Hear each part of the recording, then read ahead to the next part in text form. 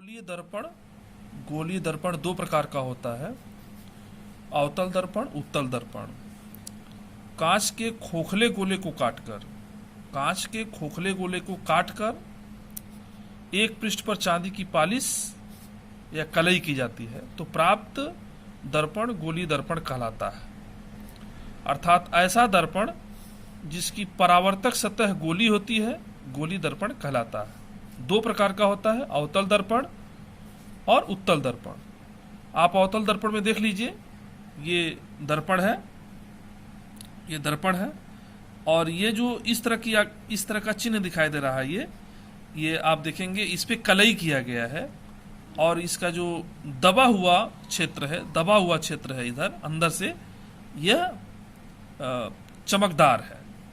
जब प्रकाश किरणें इस पे आती हैं अर्थात आपतित होती हैं तो आपतन के पश्चात यानी आपतित किरण जब इस चमकदार तल से टकराती है तो परावर्तित हो जाती है।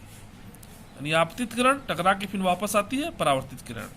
और इधर है आपका कलई किया हुआ पृष्ठ, इसको बोलते हैं कलई किया हुआ पृष्ठ, और इसके अंदर वाला जो हिस्सा है वो परावर्तक पृष्ठ कहलाता है। इस प्रकार इसको अवतल दर्पण कहते हैं। उत्तल दर्पण में देखिए, ये कलई किया हुआ क्षेत्र जो भीतरी हिस्सा है वो कलई किया हुआ है और उभरा हुआ जो क्षेत्र है वो चमकदार परावर्तक पृष्ठ कहलाता है, और अंदर है कलई किया हुआ पृष्ठ, इसको बोलते हैं उत्तल दर्पण। और ये आपका अवतल दर्पण हो गया, ये उत्तल दर्पण हो गया है। अवतल दर्पण और उत्तल दर्पण में आप देखिए इसका उभरा हुआ जो क्षेत्र है वो कलई किया हुआ है और उत्तल दर्पण में भीतरी वाला जो दबा हुआ क्षेत्र उस पर कलई किया हुआ है। इस दर्पण का जो सबसे मध्य बिंदु है वो ध्रुव अर्थात पोल कहलाता है। और इस दर्पण को अगर पूरा करिए तो एक गोला बनेगा। इस गोले का सबसे केंद्र जो है वो वक्रता केंद्र कहलाएगा।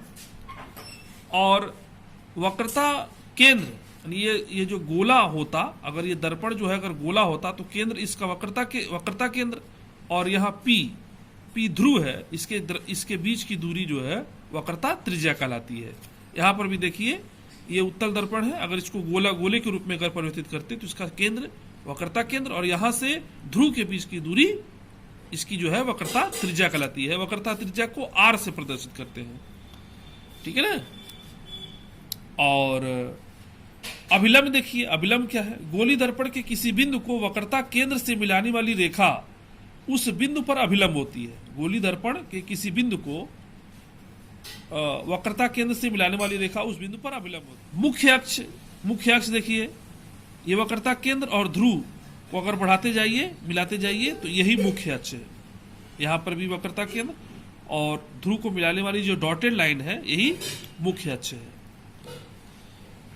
और यहाँ देखिए दर्पण का द्वारक, ये दर्पण का जो व्यास है यही दर्पण का द्वारक कहलाता है। मुख्य फोकस देखिए, अगर ये आपतित किरण ये मुख्य अक्ष के समानांतर, ये मुख्य अक्ष के समानांतर जो किरणें जा रही हैं, यहाँ भी जा रही है, तो इस परावर्तक जो दबा हुआ क्षेत्र है, अवतल दर्पण में जो दबा हुआ क्षेत्र है ये इस पे जो आपतित किरण जाएगी तो परावर्तित होकर यहाँ पर आएगी, फिर आपतित हुई, फिर परावर्तित होकर यहाँ पर आई। इसी प्रकार यहाँ आपतित किरण परावर्तित किरण, आपतित किरण परावर्तित किरण, यानी परावर्तित किरण जिस बिंदु पर मिलती है या मिलती हुई प्रतीत होती है उसे मुख्य फोकस कहते हैं, ठीक है ना। तो अवतल दर्पण में जो ये मुख्य फोकस है वास्तविक है और उत्तल दर्पण में जो मुख्य फोकस है वो आभासी है। फोकस दूरी देखिए, फोकस दूरी मुख्य अक्ष पर जो यह बिंदु है और यहाँ पर यह बिंदु देखिए, अब ये मुख्य फोकस है तो मुख्य फोकस और ध्रुव के बीच की दूरी फोकस दूरी, मुख्य फोकस और ध्रुव के बीच की दूरी फोकस दूरी। तल जो मुख्य फोकस से गुजरता है, वह तल जो मुख्य फोकस से गुजरता है, जैसे याद देखिए ये जो है P से P' ये मुख्य फोकस से गुजरता है, यही फोकस तल है। ये मुख्य फोकस से जो गुजरता है ये डॉटेड लाइन से, ये मुख्य अक्ष और मुख्य फोकस और इस पर जो ये किरण डॉटेड लाइन के रूप में है वही है मुख्य फोकस तल है। ये वह तल जो मुख्य फोकस से गुजरता है, वह तल जो मुख्य फोकस से गुजरता है, जैसे याद देखिए ये जो है P से P' ये मुख्य फोकस से गुजरता है, यही फोकस तल है, यही फोकस तल है। ये मुख्य फोकस से जो गुजरता है ये डॉटेड लाइन से, ये मुख्य अक्ष और मुख्य फोकस, और इस पर जो ये किरण डॉटेड लाइन के रूप में है वही है मुख्य फोकस तल है। ये गोलीय दर्पण द्वारा प्रतिबिंब बनने के नियम, ये 3 नियम हैं, आप देख लीजिए 3 नियम हैं। पहला जो है ये आपका मुख्य अक्ष है और इससे समानांतर किरण जब इस पे आपतित होती है तो परावर्तन के पश्चात मुख्य फोकस से गुजरती है। इसी प्रकार यहाँ उत्तल दर्पण है, आपतित किरण और ये परावर्तित किरण है, लेकिन परावर्तित किरण को जब वापस आएंगे तो ये मुख्य फोकस पर मिलती हुई प्रतीत होती है। ठीक है ना।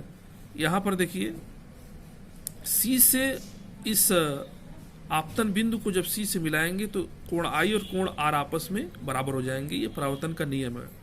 ये आपतन कोण और ये परावर्तन कोण आपस में बराबर हो जाएगा। दूसरा केस देखिए, अगर कोई आपतित किरण C से होकर गुजरती है तो फिर उसी से वापस भी चली जाती है। इसी प्रकार इसमें भी देखेंगे ये आपतित किरण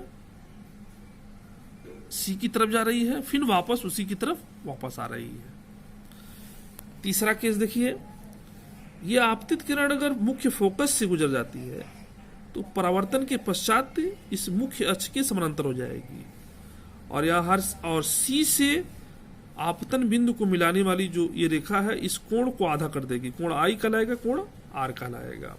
ये आपस में बराबर हो जाएगा। इस तरह से इसमें भी देखिए आपतित किरण अगर कोई F से जो है जाती हुई प्रतीत, यहाँ देखिए आपतित किरण यहाँ जा रही है, यहाँ तो जाएगी नहीं, ये डॉटेड लाइन है, ये जाती हुई प्रतीत होगी और ये परावर्तित किरण है।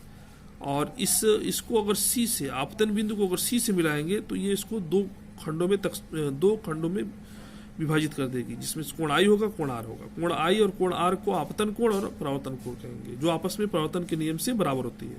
आपतन कोण और परावर्तन कोण आपस में बराबर होते हैं। इस प्रकार ये तीनों केस जो है क्या है, गोलीय दर्पण द्वारा प्रतिबिंब बनने के नियम।